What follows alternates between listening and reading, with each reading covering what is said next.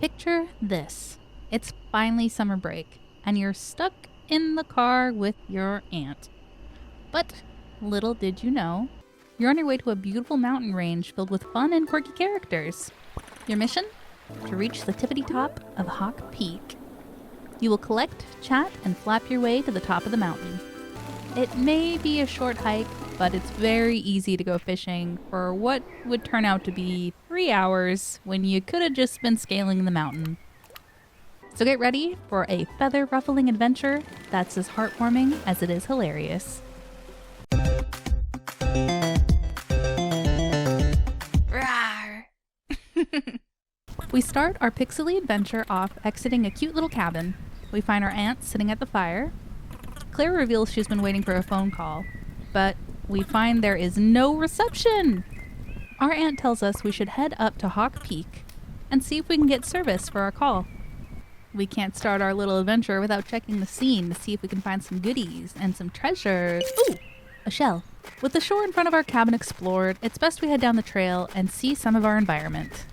The graphics feel kind of strange when you first dive in, but it becomes charming really quickly. Each of the game's sound effects are very cute and bubbly too. Characters you interact with kind of sound like pixely Animal Crossing characters.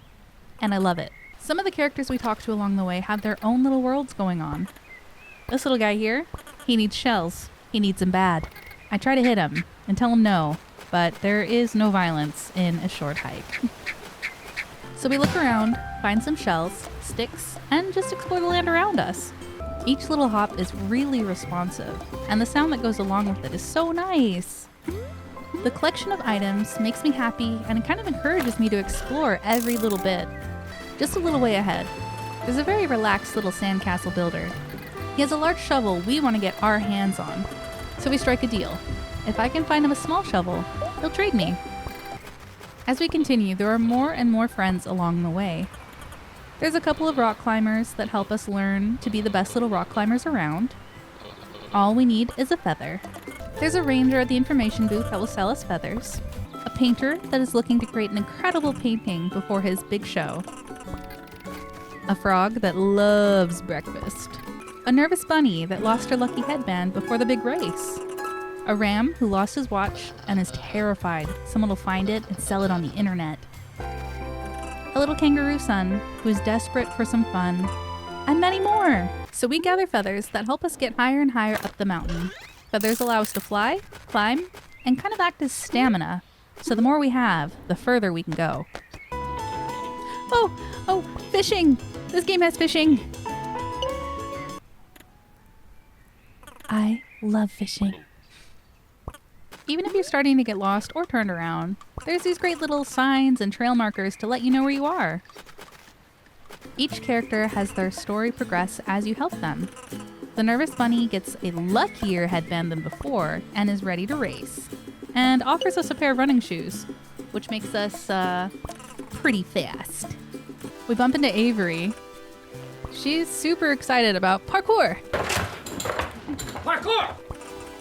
We're challenged to a parkour race, and we win! As you travel around the mountain, there are these cool little scenic binoculars. They give a nice glimpse at where you've been, or what's ahead. Is that flipping me off? As nice and fun as these characters are, there are some shady tunes. Like this scammer charging more than double the price for golden feathers. The sign says we need 7 golden feathers, so we have a new goal number. Ooh, a new tool, the water bucket. It brings these little sprouts to life, turning them into rubber flowers. For takeoff! You can't jump during flight if you have a full water bucket, but you can glide.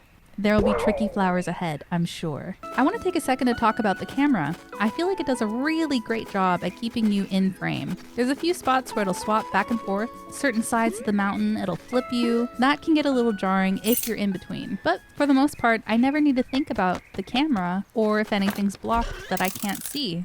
Oh, cool. A little boat. Oh, a treasure map. The treasure maps are pretty cute. They have little riddles in them of where to find the treasure. Coming around the side of the boat, we do meet this cool little guy.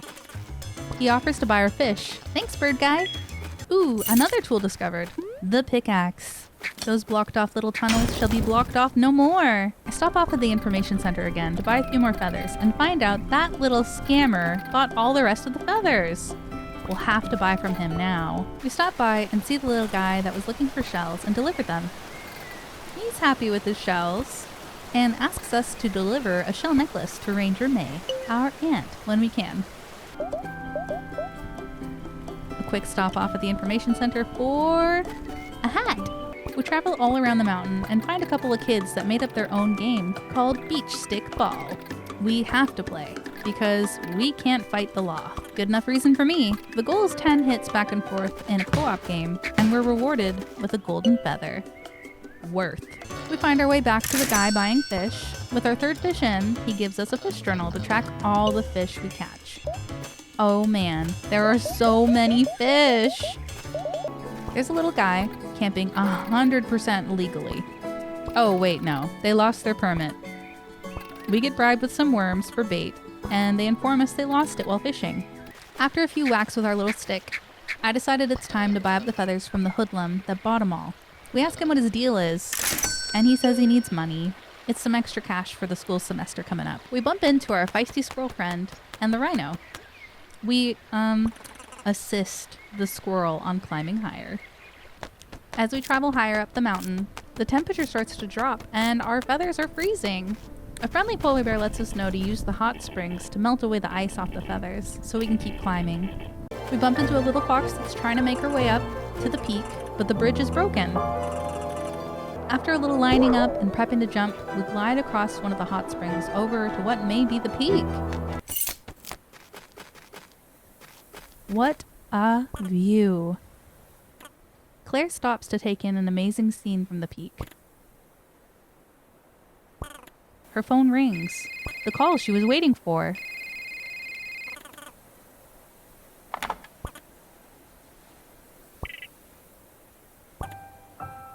It's Mom.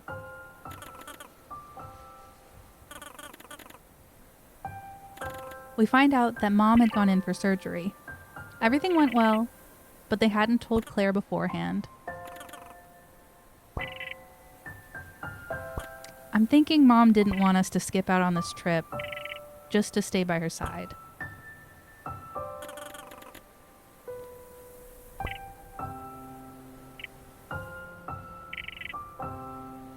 She shares with us that her and Aunt May have made this trip before when they were young. Now we get to experience something they had shared when they were Claire's age.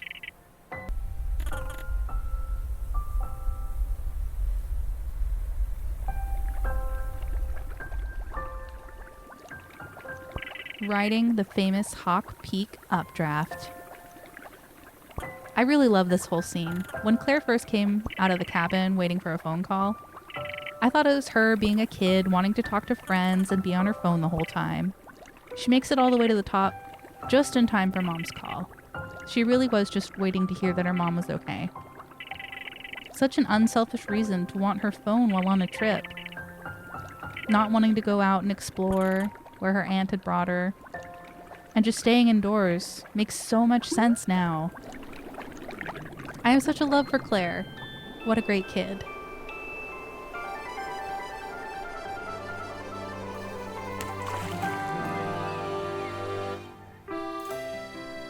While she ventured and collected and talked to others, she seemed to loosen up and have more and more fun before reaching the top. After a little more exploring and looking around, we head back to Aunt May. We deliver the necklace and are rewarded with another golden feather. We tell Aunt May about our day. Our fish catches, our game of beach stick ball, our win at the parkour race, and she's excited for everything we got to do that day. Claire says she's tired and wants to go for a nap, but I end up running around and doing more and more. There's more islands to explore, more friends to meet, more items to collect. I just can't stop. One of my favorite things about this game is how alive all the little creatures are. If you keep talking to the painter as he's working hard, he'll move from spot to spot trying to find the right subject for his paintings. If you find the fox we met on the trail up to the peak, you can help her reach the top by lending her some of your golden feathers. She meets you at the top and offers to take an awesome picture of you at the peak. If you go back to the kangaroo family and rent a boat, you can ask the young kangaroo to join you. He sets up a racetrack and wants you to try it out. After taking a leap off his ramp, the propeller gets bent.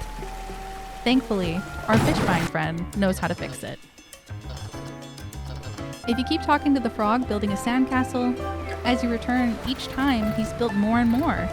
First a town he's running for mayor of, and then a little city that he has big dreams for.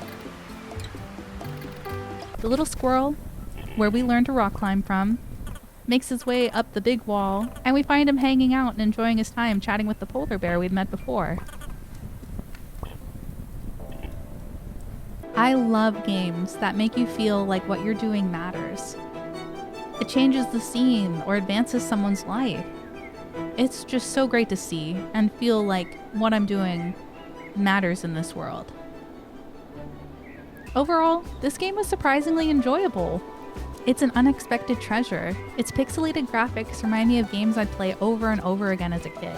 Soaring through the air like it's Pilot Wings 64, or checking out a whole mountain, wanting to see every little piece, like Mario hopping into the paintings.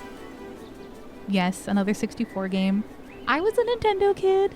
All the characters I saw, I wanted to talk to again and see what they were doing or what they enjoy. I love the variety of personalities. I love the progression of getting more and more feathers to do more and more. The music is soothing and fun with a hint of adventure. There's plenty of things I left unfinished as I closed off my journey. But maybe when you play, you'll find every secret there is. Thank you for joining me on a short hike.